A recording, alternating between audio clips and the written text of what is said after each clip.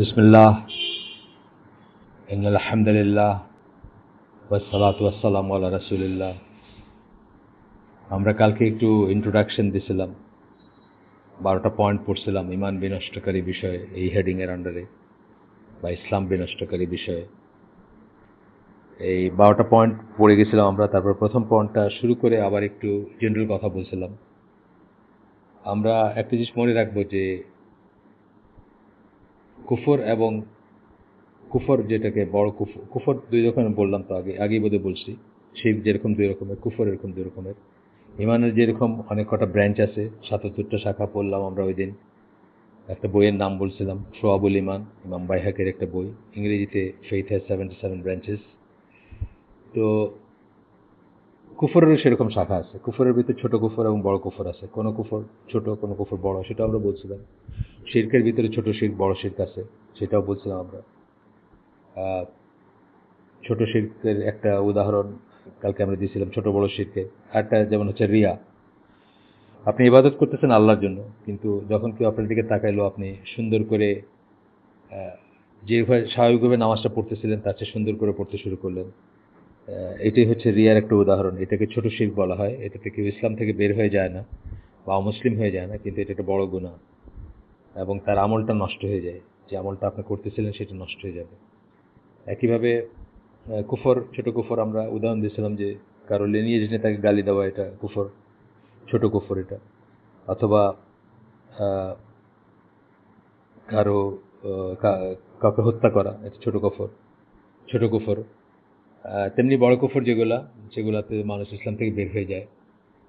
আহ, আমরা এটা মনে রাখবো যে কুফরের একটা কাজ করলেই কেউ কাফির হয়ে যায় না। এটা একটা খুব ইম্পর্টেন্ট পয়েন্ট। অজ্ঞতার অজুহাতটা থাকতে পারে, আগেই বলছি আমি, সে জানে না হয়তো। আর 2 নম্বর হচ্ছে যে আমরা আমাদের কাউকে কাফির প্রতিপন্ন করা এটা আমাদের কাজই না। আমরা এটা এই এই লাইনেই যাব না। এটা হচ্ছে প্রথমত সরকার, মুসলিম দেশের সরকার, তারা এটা করবে, বা তাদের নির্ধারিত কাজী বা যারা আছেন, যারা বিচার আচার করেন, জাজ, তারা এটা নির্ধারণ করবেন। অথবা যারা বড় আলেম, ধরেন আমিনা ওয়াদুদ বলে এক মহিলা ছিলেন, নিউ ইয়র্কে রাস্তার উপরে ছেলেদেরকে ইমামতি করছিলেন, ফেমিনিস্ট। তাকে যেমন বড় বড় স্কলাররা তাকফির করা বলে, এটাকে মানে কাফের বলে ফতোয়া দিচ্ছেন এবং সেটার দলিল দিচ্ছেন। এটা তাদের কাজ, এটা আমাদের কাজ না। সুতরাং আমরা যদি কখনো কারোর ভিতর কুফর দেখি, আমরা শঙ্কিত হব। উনি যদি নিজেকে মুসলিম বলেন, তাকে নিয়ে আমরা শঙ্কিত হব, তাকে বোঝানোর চেষ্টা করব, কিন্তু আমরা তাকে কখনোই কাফের বলবো না। ইনসিস্টিভলি যদি কেউ কুফরের উপরে থাকেন, না শোনেন কথা, বা শিরকের উপর থাকেন, বলার পরেও না শোনেন, বা না ফিরে আসেন, অথবা না কারেকশন করেন নিজেকে, সেই ক্ষেত্রে আমরা তার সাথে সাবধানে মোয়ামেলাত করব। অর্থাৎ আমাদের বিজনেস পার্টনার করতে তার ব্যাপারে আমরা সাবধান হব, তার সাথে মেয়ে বিয়ে দিতে বা বোন বিয়ে দিতে আমরা সাবধান হব, বা ইত্যাদি ইত্যাদি। কিন্তু তিনি যতক্ষণ নিজেকে মুসলিম বলতেছেন, ততক্ষণ আমরা মাস পিপুল, যারা সাধারণ মানুষ যারা, তারা তাকে তাকফির করবো না বা তাকে কাফের ডাকবো না। মুসলিম উম্মার বড় বড় ফিতনার একটা কিন্তু এটা, একে অপরকে কাফের বলা, কাফের প্রতিমান করার চেষ্টা করা এবং তাকফির করা, যেটাকে বলি আমরা, এই এই কাজটাকে তাকফির বলে। তো চলেন আমরা একটু আগাই। আমরা বলছিলাম যে প্রথম পয়েন্টটা ছিল যে কোনো ধরনের বড় শিরক, মানুষকে বড় শিরক এর উপর যদি কেউ মারা যায়, তাহলে সে তার জন্য তওবা না করে যদি মারা যায়, তার জন্য জান্নাত হারাম হয়ে যায় এবং জাহান্নাম ওয়াজিব হয়ে যায়। অত্যন্ত বড় একটা কথা। ইয়েট আল্লাহ নিজেই সূরা ইউসুফের একটা আয়াতে বলছেন যে অধিকাংশ মানুষ আল্লাহ বিশ্বাস করা সত্ত্বেও মুশরিক। আমার সামনে আয়াতটা এই মুহূর্তে নাই, ফেমাস আয়াত, সূরা ইউসুফের 106 সম্ভবত, 106 নম্বর আয়াত অথবা 108 নম্বর আয়াত, 106 বোধহয়, যতদূর মনে পড়ে আমার 106। আমরা দেখবো এটা এটা এটা ভেরিফাই করতে কোনো বড় কোনো না। আমরা মুহূর্তেই করতে পারবো। কালকে করবো, আমি কালকে বলবো, আজকে পেন্ডিং থাকে এটা।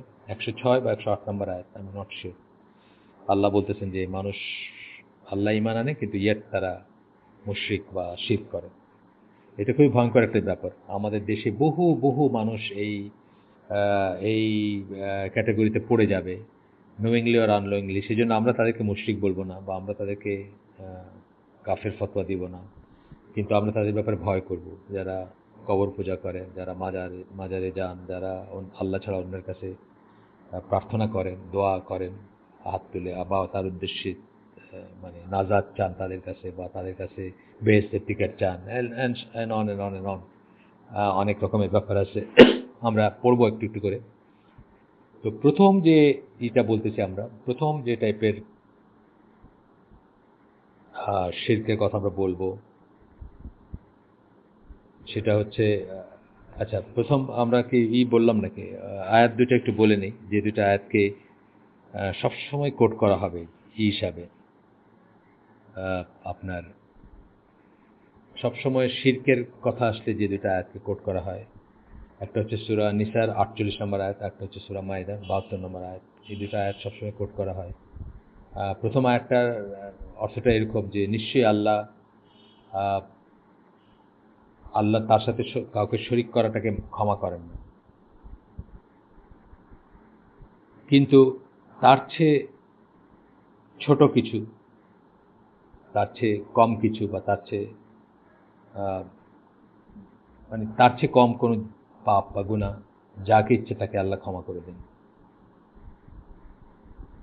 আর যে আল্লাহর সাথে শরিক করে, আল্লাহর সাথে কাউকে পার্টনার বানায়, ওয়ার্শিপে মেইনলি বলতেছেন, পার্টনার বানায় মানে ওয়ার্শিপে, যে কোনো কিছুতেই, কিন্তু ওয়ার্শিপেরটা স্পেশালি বলতেছেন আর কি। স্পেশালি ওয়ার্শিপের কথাটা কেন আসতেছে এটা আমি বলবো পরে। ওয়ার্শিপের কথাটা কেন এখানে বলা হচ্ছে, বা ওয়ার্শিপের সেন্সটা কেন এখানে আসতেছে, এটা পরে বলবো আমরা। সে একটা ভীষণ রকমের গুনাহ আবিষ্কার করলো, বা আবিষ্কার করলো এই জন্য বলতেছেন আল্লাহ যে সে এটা এটা এটা থাকার, এটা নাই, এটা এই জিনিসটা হয় না, এটা হওয়ার নয়, কিন্তু সে এটা আবিষ্কার করলো। আর সূরা মায়দার 72 নম্বর আয়াতে আল্লাহ বলতেছেন, 72 নম্বর আয়াতে আল্লাহ বলতেছেন যে নিশ্চয়ই যে আল্লাহর সাথে শরিক করে, আল্লাহ তার জন্য জান্নাতকে হারাম করে দেন, এবং আগুন হবে তার, আগুন মানে জাহান্নাম হবে তার বাসস্থান।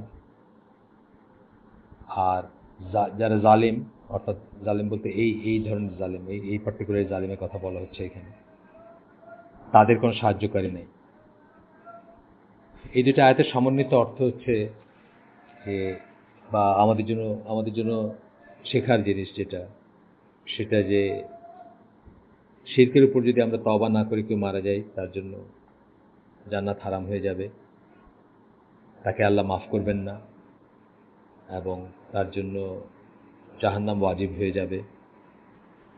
এর চেয়ে ছোট কোনো গুনাহ যদি আমরা করি, কবিরা গুনাহ, সেটা যত হোক, যত বড়ই হোক, আমরা আশা করতে পারি আল্লাহর কাছে, আমরা যদি ক্ষমা চাই, আল্লাহ নিশ্চয়ই আমাদেরকে মাফ করে দিবেন, এবং আমরা চির জাহান্নামী হব না। যদি কিছু সময় জাহান্নামে থাকি, বা ওইটুকু ইসের জন্য যেটুকু প্রায়শ্চিত্ত করতে হয়, সেটুকু জাহান্নামে থাকার পরে কোনো না কোনো দিন আমরা হয়তো জান্নাতে যাব। যদিও এটা সাহস কোনো মুসলিমের হওয়া উচিত না, কারণ জান্নাতের জাহান্নামের টর্মেন্ট যেটা, বা শাস্তি যেটা, তার 1 সেকেন্ড থেকে বাঁচার জন্য মানুষ এই পৃথিবী এবং পৃথিবীতে যা কিছু আছে সেটা বিলিয়ে দিতে রাজি থাকবে আর কি, বা সেটা দিয়ে দিতে রাজি থাকবে। এতই সিভিয়ার সেই টর্মেন্ট। আসলে জান্নাতের সুখ, স্বাচ্ছন্দ্য বা পুরস্কার যেমন আমরা মানব মস্তিষ্কে ধারণ করতে পারি না বা চিন্তা করতে পারি না, জাহান্নামের শাস্তিটাও আমরা চিন্তা করতে পারি না। আল্লাহ এই জন্য কতগুলা এক্সাম্পল দিয়ে আমাদেরকে বোঝাইছেন যে এটা এরকম হবে, এটা এরকম হবে। আমরা বলতে পারি যে এটা অ্যানালজি বলতে পারি, কিন্তু রিয়েলি যে কী হবে এটা আমরা কল্পনা করতে পারি না। যাই হোক, এই দুইটা আয়াতের সমন্বিত অর্থটা যা দাঁড়ায়, আমরা এটা জীবনের প্রত্যেকটা স্টেপে মনে রাখার চেষ্টা করব। এখন আমরা এখানে মেজর শিরকের কথাই বলতেছি, মানে মাইনর শিরকের কথা আর আলোচনা করব না। মেজর শিরক বা বড় শিরক, 4 রকমের শিরক আমরা আলাপ করব।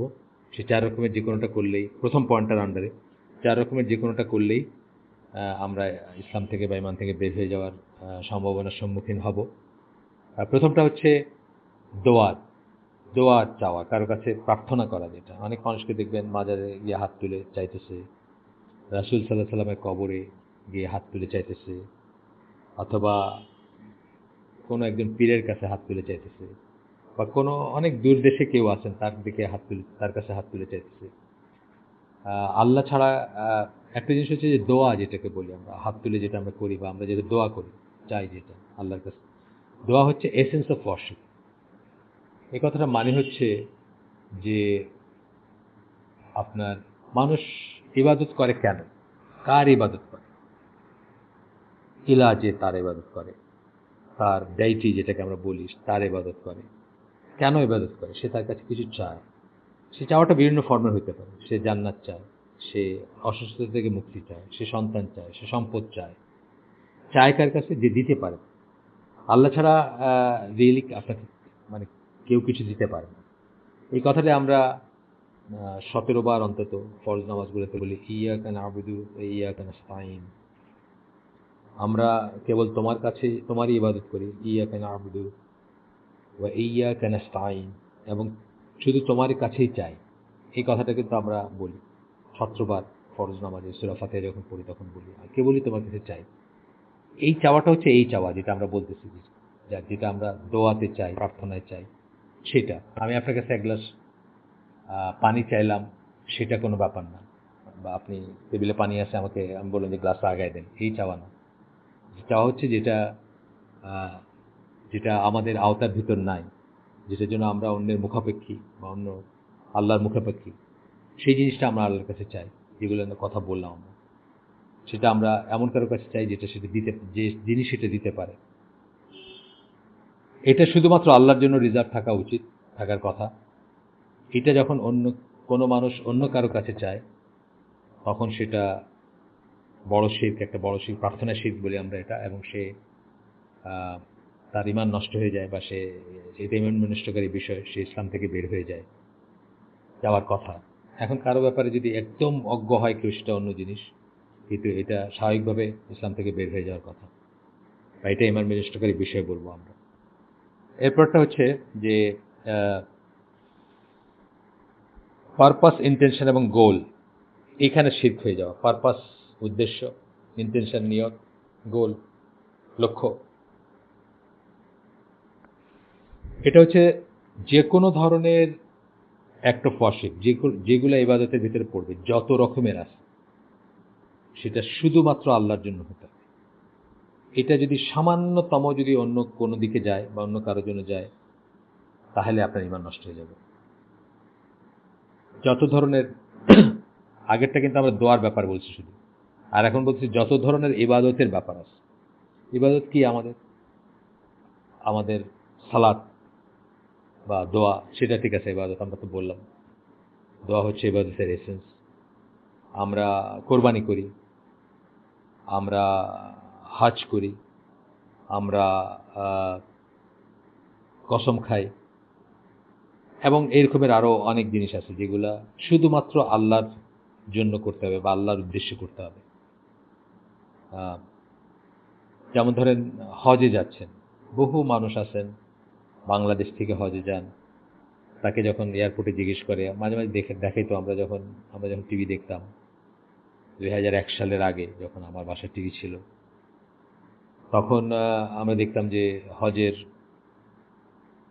আপনার হজযাত্রীদের করতেছে, ইন্টারভিউ নিচ্ছে, কেমন লাগতেছে আপনার, কোথায় কোথায় যাচ্ছে, মানে কেমন লাগতেছে, কেমন হজে যাচ্ছেন ইত্যাদি।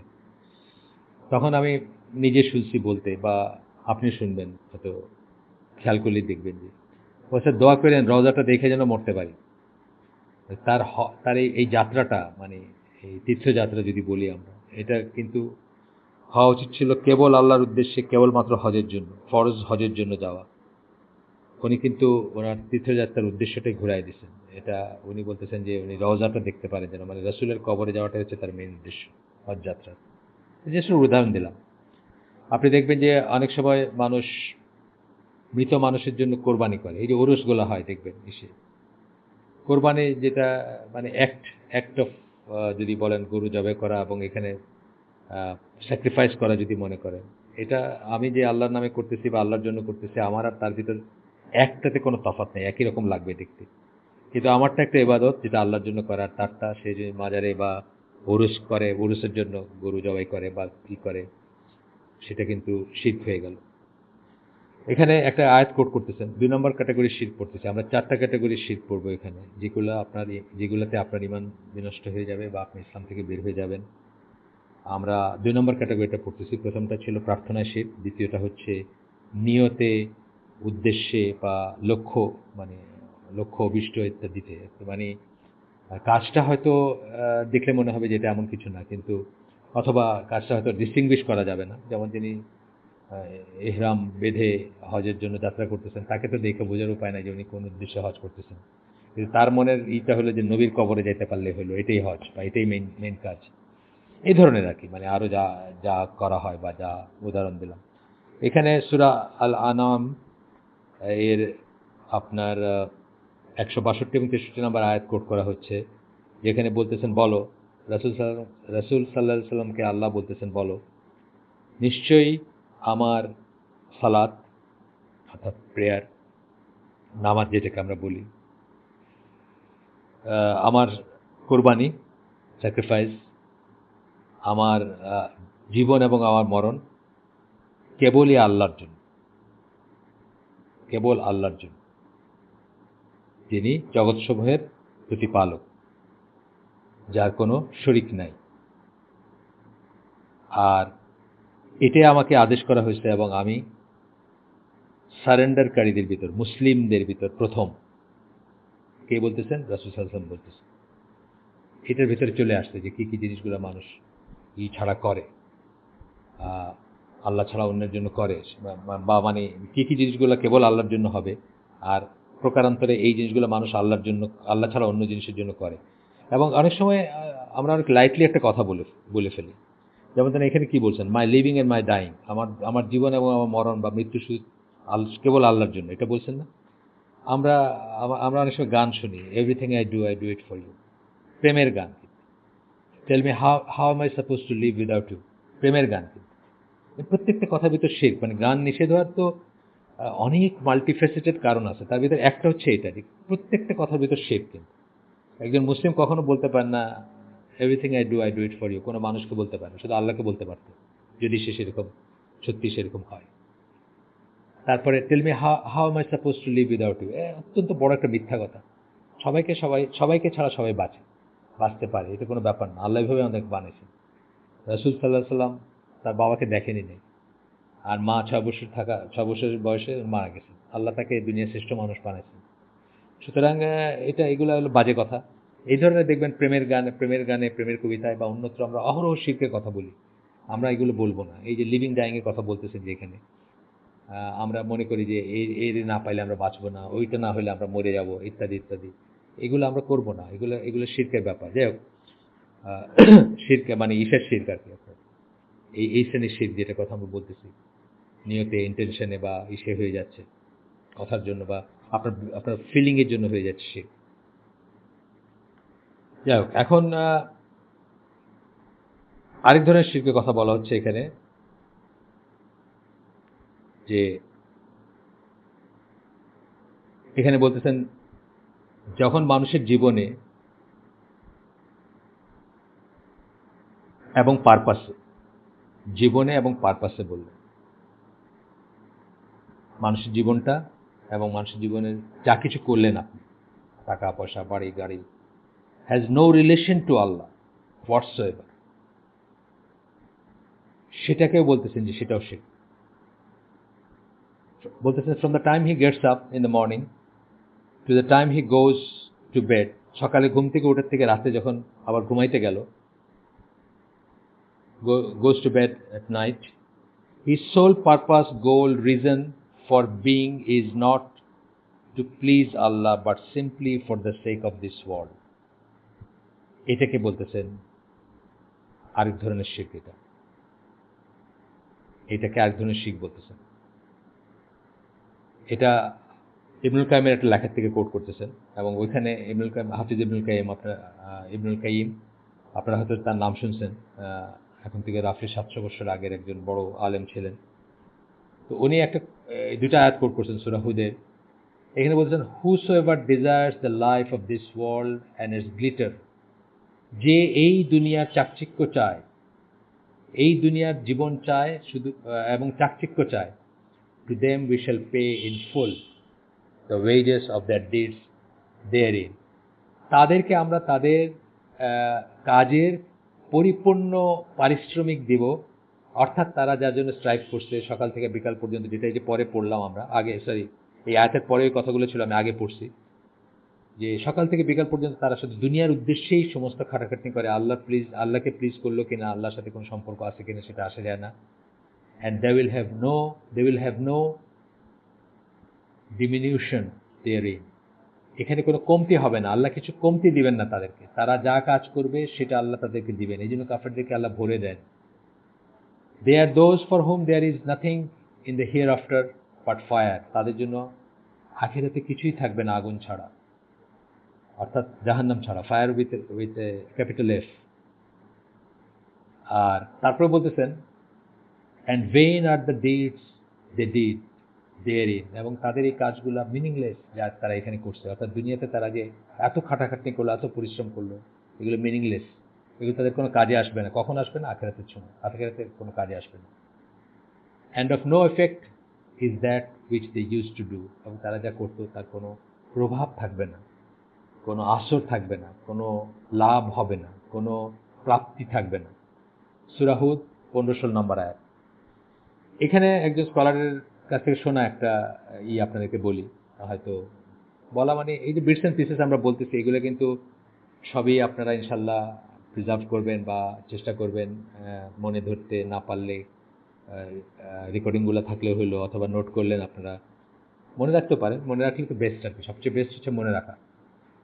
তো মনে হয়তো আমাদের থাকবে না, ছুটে যাবে। সেই জন্য এখানে একজন স্কলার বলতেছেন যে ওই আরব দেশের কাফেররা তখন মুসলিমদেরকে জিজ্ঞেস করতো, যখন নবুয়তের পিরিয়ডটা চলতেছে, এইরকম বক্তব্যগুলোর ব্যাপারে জিজ্ঞেস করতো যে এটা কি হয় নাকি যে তোমরাও ভালো কাজ করবা, আমরাও ভালো কাজ করব, কিন্তু আমাদের ভালো কাজগুলো আমাদের জন্য কোনো কাজে আসবে না, আখিরাতে নিষ্ফল হয়ে যাবে, আর তোমাদের ভালো কাজগুলো ওজনে ভারী হবে। এটা কেমন কথা হলো? মানে একই ব্যাপারে দুই রকমের তো একজন স্কলার এটা এক্সপ্লেন করতে গিয়ে বলতেছিলেন যে যারা আপনারা 9-10-এর পড়ছেন, 9-10-এর সায়েন্স ফিজিক্স বা এমনি জেনারেল সায়েন্সও পড়ছেন, তারা জানেন যে আমাদের ওজন পৃথিবীতে যদি 100 বা 60 কিলোগ্রাম ওয়েট হয়, ধরেন 60 কেজি ওয়েট পৃথিবীতে যদি হয়, আমরা যেটা ভার অনুভব করব, আমরা যদি চাঁদে যাই তাহলে 10 কেজি ওয়েট মাত্র ভার অনুভব করব। আর মহাশূন্যে আমরা দেখব যে আমরা ওয়েটলেস ফিল করব, আমরা কোনো ওয়েট নাই। এটার রিজন হচ্ছে যে আমাদের যে মাস যেটাকে আমরা বলি, অর্থাৎ আমাদের মাস বা ভর যেটাকে, বস্তু যেটা আছে আমার ভিতরে, সেটা যদি 60 কেজি হয়ে থাকে, তাহলে ওইটাকে গুণ দিতে হয় জি দিয়ে। জি বলি আমরা, মাধ্যাকর্ষণজনিত ত্বরণ বলি। চাঁদেরও আছে একটা, পৃথিবীরও আছে একটা। পৃথিবীতে 1/6 হচ্ছে চাঁদেরটা। তাহলে পৃথিবীতে আপনি জি দিয়ে গুণ করলে আপনার এটা হচ্ছে 60 কেজি ওয়েট। আর একই মানুষ যখন আপনি চাঁদে যাবেন, এটা 10 কেজি ওয়েট হবে, জিটা যেহেতু 1/6। তো ওই স্কলার বলতেছেন যে জি ফ্যাক্টর দিয়ে গুণ করলে যেভাবে ওজন এর তারতম্য হয়, জি এর উপর ডিপেন্ড করবে ওজন। জি যদি 0 হয়, ওজন 0, যেমন মহাশূন্যে 0। একইভাবে ইমান ফ্যাক্টর দিয়ে সেদিন গুণ করা হবে আপনার আমলকে। সো আপনার যে কাফের বা যে মুশরিক, তার তো ইমান 0। 0 দিয়ে যত বড় কাজকে গুণ করেন, যত বড় সংখ্যাকে গুণ করেন, সেটার ফলাফল 0 হবে। সুতরাং মিজান যেখানে আপনার আমল ওয়ে করা হবে, সেখানে কাফেরদের আমল কোনো কাজে আসবে না, বা ওটা 0 হবে। আর আপনার বা আমরা আশা করি আমাদের যদি ইমান পরিপূর্ণ থাকে, আমাদের আমল পুরাটাই গৃহীত হবে আল্লাহর কাছে ইনশাআল্লাহ। আজকে আমরা শেষ করে দিই। আরেকটা পয়েন্টে না গেলাম, এর পরের পয়েন্টটা, দুইটা শিরকের পয়েন্ট আমরা করলাম, কভার করলাম। একটা হলো প্রার্থনায় শিরক, আল্লাহ ছাড়া কারো কাছে কিছু চাওয়া। আরেকটা আমরা বললাম উদ্দেশ্য, পারপাস বা উদ্দেশ্য, ইন্টেনশন নিয়ে, এবং গোল, লক্ষ্য কি, আলটিমেটলি কি পাইতে চান আপনি। আলটিমেটলি দুনিয়া পাইতে চান, আপনি দুনিয়াই পাবেন। হ্যাঁ, আপনার লাইফের পারপাস কি? আল্লাহ বলছেন, আমরা পরে শিখবো, ওমা খালাকুল জিন্না ওয়াল ইনসা ইল্লা লিয়াবুদুন। আমরা মানুষ এবং জিনকে শুধুমাত্র আমাদের ইবাদত করা ছাড়া, আমাদের বলতে আল্লাহ তো জানেন কোয়ালিটেটিভ প্লুরাল এবং কোয়ালিটেটিভ প্লুরাল যেটা আমরা বলি, মানে ম্যাজেস্টি বা ওই ধরনের অথরিটিতে যারা থাকেন তারা অনেক সময় কোয়ালিটির প্লুরাল ইউজ করেন তাদের কথায়, রাজারাও করেন, আর আল্লাহ তো সেটা সবচেয়ে বেশি রাইট। তো উই বলেন আল্লাহ কোরআনে অনেক সময়, কিন্তু উই মানে এটা ডেইটি হিসাবে প্লুরাল না, আল্লাহ এক আল্লাহ, কিন্তু আল্লাহ এটা বলেন উই। তো ওমা খালাকুল জিন্না ওয়াল ইনসা, এখানে অবশ্যই বলেন নাই, উই বলেন নাই, ওমা খালাকুল জিন্না বলছেন না, এখানে আই বলছেন। সো সরি, মাফ করে দেন আমাকে, আমার ভুল হয়েছে, এটা এখানে আই বলছেন, খালাক্তু বলছেন। ওমা খালাকুল জিন্না ওয়াল ইনসা ইল্লা লিয়াবুদুন, আমি জিন এবং ইনসানকে কেবলমাত্র আমার ইবাদত ছাড়া আর কোনো কারণে সৃষ্টি করি নাই। সো এটা আর আর আর কোনো কারণে সৃষ্টি করেন নাই। এই যে ব্যাপারগুলা আসবে কিসের ভিতরে? আপনি আপনার পারপাস কি? আপনার লাইফের পারপাস ছিল আপনি শুধু আল্লাহ, মানে আপনাকে সৃষ্টি করেছে শুধু আল্লাহর ইবাদত করার জন্য, এটা হচ্ছে মেইন কথা। কিন্তু আপনি এই পারপাসটাকে ঘুরাই দিলেন, আপনি পিএইচডি করার জন্য মনে করলেন আপনাকে সৃষ্টি করা হয়েছে, আর পলিটিক্যাল গোলের জন্য সৃষ্টি করা হয়েছে, বা অন্য অনেক জিনিসের জন্য আপনি জীবনটাকে ব্যয় করলেন, এক্সেপ্ট দ্যাট। তখন কি হলো? তখন ওইটার জন্য শিরক with respect to purpose, intention এবং গোল, এই সেকেন্ড ক্যাটাগরি শিরকের ভিতরে পড়ে গেল। এটা আমরা ইনশাল্লাহ এরপরে যেখানে শেষ করলাম সেখান থেকেই করব। এই আয়াতটা সূরা জারিয়াতের 56 নম্বর আয়াত, এটা নিয়ে আমরা ডিটেলস আলোচনা করব পরে। এটা খুব ইম্পর্টেন্ট একটা আয়াত। মানুষের জীবনের পারপাস কি এক্সপ্লিসিটভাবে কোরআনের এই একটা আয়াতে বলা হয়েছে। 51 নম্বর সূরা 56 নম্বর আয়াত। আমরা পরে একসময় এটা নিয়ে ডিটেলস আলোচনা করব। আর আমাকে মাফ করে দিন, আমার একটা ভুল হয়েছিল, আমার মানে মাথায় আসতেছিল যে আমরা কথাটা আসতেছিল, কিন্তু আমি অ্যারাবিকটা খেয়াল করি নাই। খালাক্তু যখন বলছেন, আপনারা যারা একটু অ্যারাবিক জানেন তারা জানেন যে তুটা হচ্ছে ফার্স্ট পারসন সিঙ্গুলার জন্য ইউজ করা হয়। আর যদি বলতেন যে অন্যদের কথা বলতেন তাহলে বলতেন খালাক না বলতেন, সেটাও বলছেন কোথাও। কিন্তু আল্লাহ তো বললাম কোরআনে first person, second person, third person, singular, plural এইভাবে অনেকভাবে কথা বলেন। যেমন ফার্স্ট পারসনের সিঙ্গুলার এবং প্লুরাল দুইটাই ইউজ করেন, আই এবং উই ইউজ করেন, কোথাও সেকেন্ড পারসন ইউজ করেন, কোথাও থার্ড পারসন ইউজ করেন আল্লাহ। এটার কারণ হচ্ছে, এটা স্কলাররা একটা কারণ বের করছেন যে আপনি যেন আল্লাহকে প্রচলিত first person, second person, third পারসনের মতো মনে না করেন, এবং আল্লাহকে যেন একটা পার্সন হিসাবে আমরা যেরকম মানে কাছের পার্সন, দূরের পার্সন, বা কাউকে তুমি বলি আমরা, কাউকে আপনি বলি, কাউকে আপনারা বলি, কাউকে ই বলি, এই জন্য এটা আল্লাহ বারবার শিফট করছেন। যেমন ধরেন আলহামদুলিল্লাহ রাব্বিল আলামিন, আর রহমান রাহিম, মালিক ইয়াউমিদ্দিন। এখানে কি বলতেছেন আল্লাহ? এখানে কিন্তু থার্ড পারসন, তাই না? আলহামদুলিল্লাহ রাব্বিল আলামিন, আর রহমান রাহিম, মালিক ইয়াউমিদ্দিন, এই পর্যন্ত কিন্তু থার্ড পারসন। তারপরে কি? ইয়াকা নাবুদু ওয়া ইয়াকা নাস্তাইন, সেকেন্ড পারসন হয়ে গেল। কিন্তু আমরা কেবল আপনারই ইবাদত করি এবং আপনার কাছেই চাই। ইহদিনাস সিরাতাল মুস্তাকিম, এখানে সেকেন্ড পারসন। এরপরে সেকেন্ড পারসনই চললো, সিরাতাল্লাযিনা আনআমতা আলাইহিম গায়রিল মাগদুবি আলাইহিম ওয়ালাদ-দাল্লিন। এরপরে আল্লাহকে আমরা সেকেন্ড পারসনই বলতেছি কথাগুলো, কিন্তু প্রথমে থার্ড পারসনে বললাম। এইভাবে দেখবেন কোরআনের আয়াতে, একই আয়াতের ভিতরে দেখবেন থার্ড পারসন থেকে চট করে ফার্স্ট পারসন, বা ফার্স্ট পারসন থেকে সেকেন্ড পারসন হয়ে গেল, বা ফার্স্ট পারসন থেকে থার্ড পারসন হয়ে গেল। এক আয়াতের ভিতরেও আছে, আপনি দেখবেন। এটা নিয়ে স্কলারদের অনেক গবেষণা আছে, এবং তারা বলতে চান আপনার ব্রেইনটা যেন আল্লাহকে একটা কিছুর ভিতর লিমিটেড না করে ফেলে, একটা কোনো মানুষের মতো ভাবতে না শুরু করে, বা সাধারণত অন্য মানুষ বা প্রাণী বা জীবকে আমরা যেভাবে চিন্তা করি সেরকম যেন চিন্তা না করেন, সেই জন্য আল্লাহ এই হিকমাটা ব্যবহার করছেন। আসসালামু আলাইকুম ওয়া রাহমাতুল্লাহি ওয়া বারাকাতুহু।